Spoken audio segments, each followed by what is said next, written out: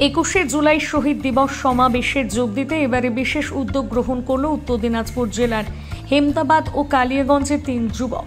বুধবার দুপুরে হেমতাবাদ তৃণমূল কংগ্রেসের দলীয় কার্যালয় থেকে কলকাতার উদ্দেশ্যে সাইকেলে চেপে রওনা দেয় হেমতাবাদের বাসিন্দা বিনু বর্মন, কালিয়াগঞ্জের বাসিন্দা মৃদুল বর্মন ও মুন্না রাজবংশী।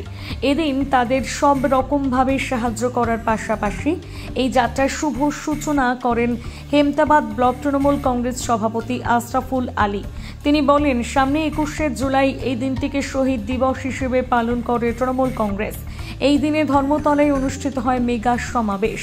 আর এই সমাবেশে যোগ দিতে 3 জন যুবক সাইকেলে চেপে কলকাতার উদ্দেশ্যে রওনা দিল। তাদের এই উদ্যোগকে সাধুবাদ জানাই। তোমার নাম? বিনু বর্মন। তুমি কোথাকার বাসিন্দা? হেমতাবাদ গিয়েছিল। কোথায় যাচ্ছ?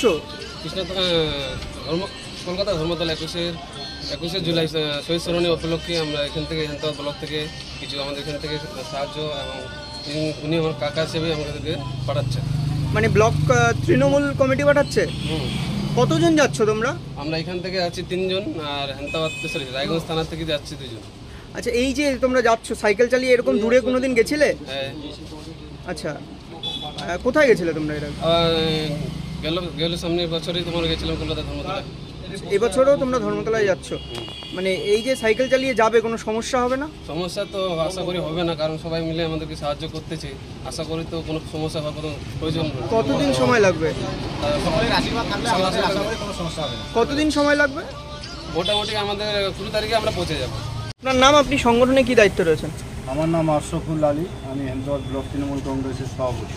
আজকে এই যে 3 জন যাচ্ছে, কি উদ্দেশ্য, কি বার্তা দেবেন?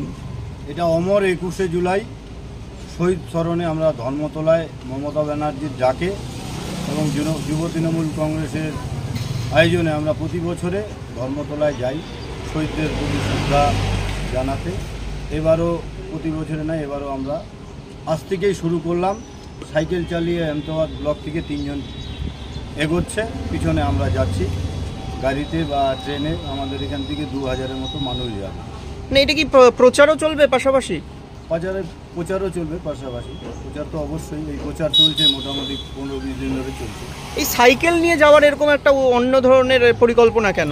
এটা এবার প্রথম হেমতাবাদ থেকে আমরা আমাদের যারা তৃণমূল কংগ্রেসের কর্মী আছে, এই কর্মী ভাইয়েরা বললো যে আমরা সাইকেল নিয়ে যাব, আমাদেরকে একটু সাহায্য করো। তার জন্য আমরা ওনাদের পাশে দাঁড়াইছি এবং আমরা তো সবসময় মানুষের পাশে, মানুষের সাথেই থাকি।